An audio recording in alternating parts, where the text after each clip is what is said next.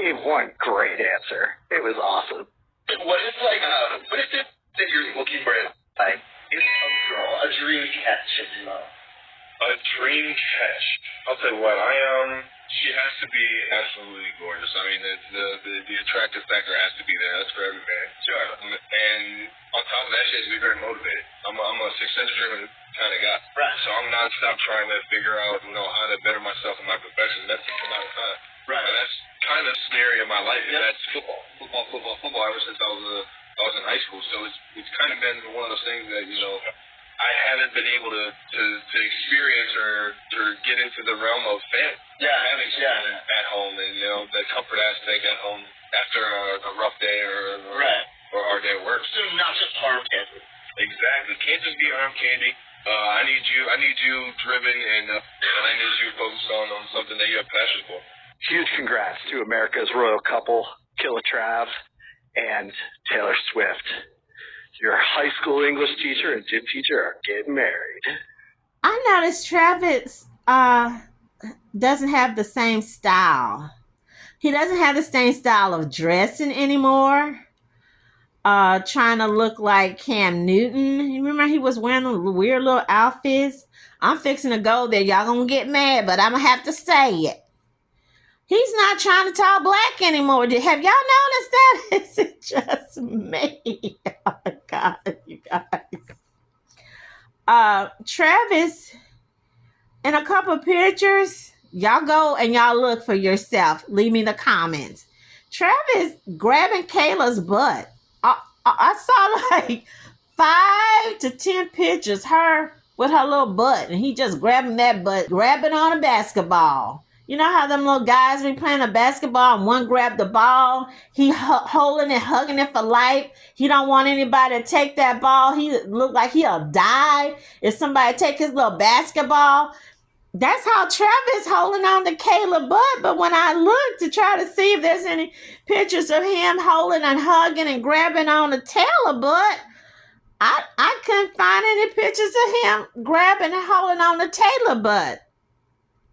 What I noticed with some of the pictures, all their pictures give me the look of we're on the first date.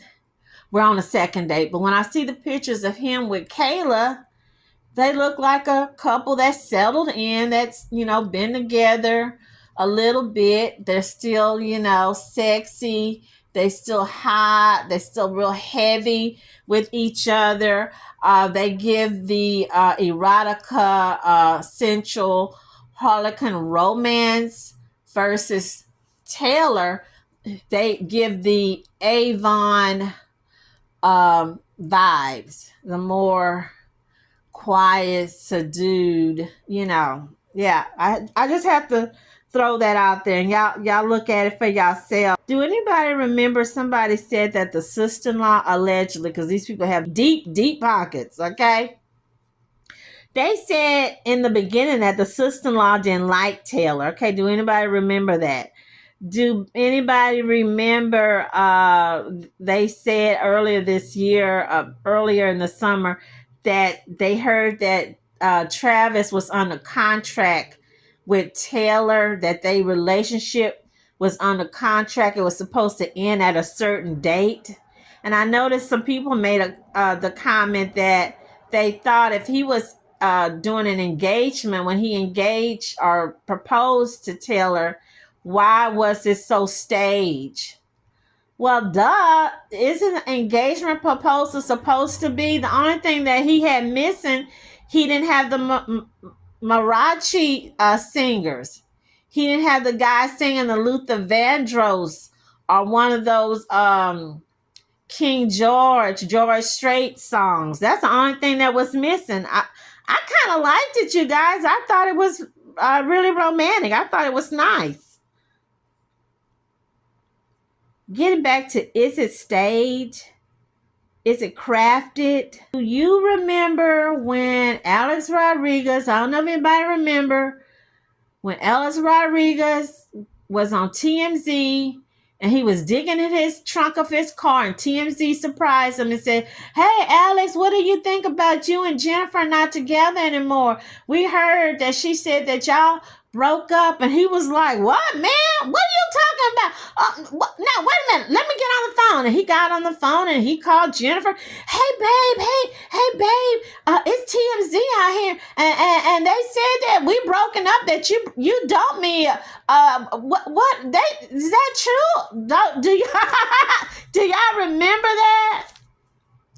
That's what this right here reminds me of. That's what this here right here remind me of. And I'm still gonna stick on stupid. I'm still stuck on stupid. I still say it's staged, but hey, I'm enjoying it just like you guys. You know, I'd rather see this than people fighting, fussing, arguing, cussing, hating on each other, making nasty comments through Twitter. I'd rather see this, okay? Let's just say they got married today, this year during the holidays. How long will it be before they have their first child? Will they be divorced in 5 years? Hey, it's Hollywood. It's Hollywood. It's Nashville. All these people stay married for a couple of years. Some of them last longer than others. Some of them, we are shocked because we didn't think it was going to last that long, while the ones we think is going to last long break up. I really suspect that if they do get married, it's going to be next year after the Super Bowl, when this guy gets ready to retire. You know, his mommy and daddy waiting on him long enough to have that one little blue-eyed blonde baby. You know it. And then he's going to divorce if he's not already eyeballing and going through late at night when Taylor's sleeping, going through Kayla Nicole's Instagram page. That's right. I said it, you guys. Shaking off the bad blood on the field. Travis Kelce is shaking off the bad blood on the field. In his first game since getting engaged to Taylor Swift, Travis gets slapped in the face by Los Angeles Chargers player Pierre Tart during a match in Brazil, September 5th. We'll see what the referees say.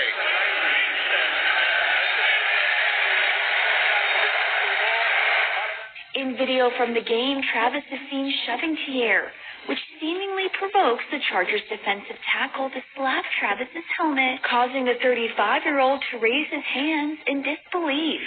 A referee gives Pierre a penalty, but he ultimately wasn't ejected from the game, as an open-handed slap doesn't fall into the category of disqualifying actions. However, Swifties were quick to come to Travis's defense, with one user writing on X, "Do I care about football? No. Do I now have a very specific vendetta against the LA Chargers in general and Pierre Tart specifically because he punched Travis Kelce in the face?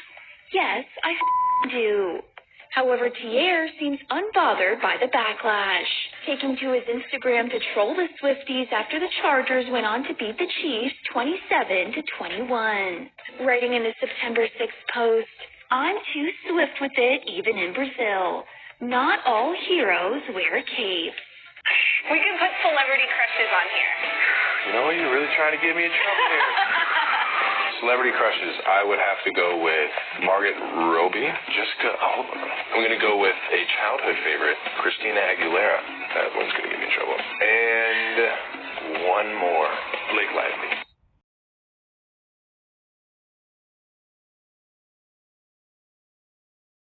He needs someone who will play second fiddle to him, to be his cheerleader, not larger than life, not more important than he is.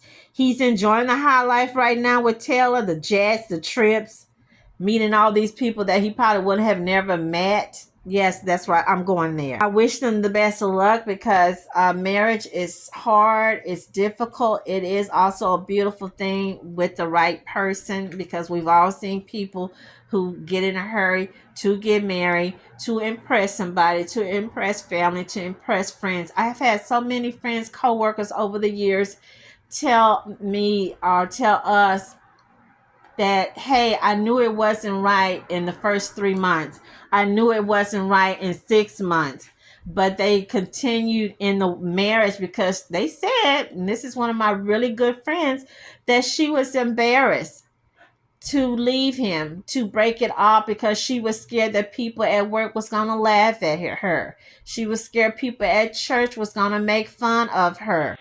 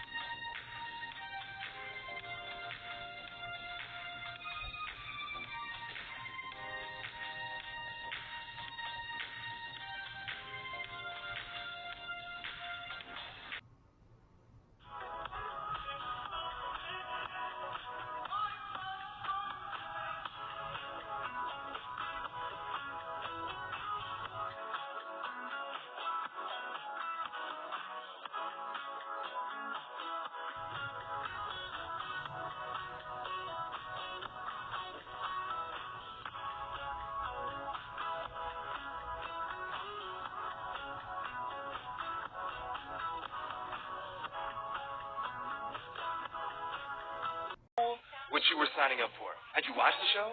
I hadn't. I had to do a little research. And once I did do that, I called my manager back and I said, "Are you out of your mind? Call the next girl." But here you stand. Honestly. And I'm glad that I did it. I will say that. I'm very, very glad that I did it. What made you want to do it and change your mind? I think for me, I really wanted to prove to myself that I could do terrifyingly hard, exhausting things. You know, life is not that difficult in hindsight, you know what I mean?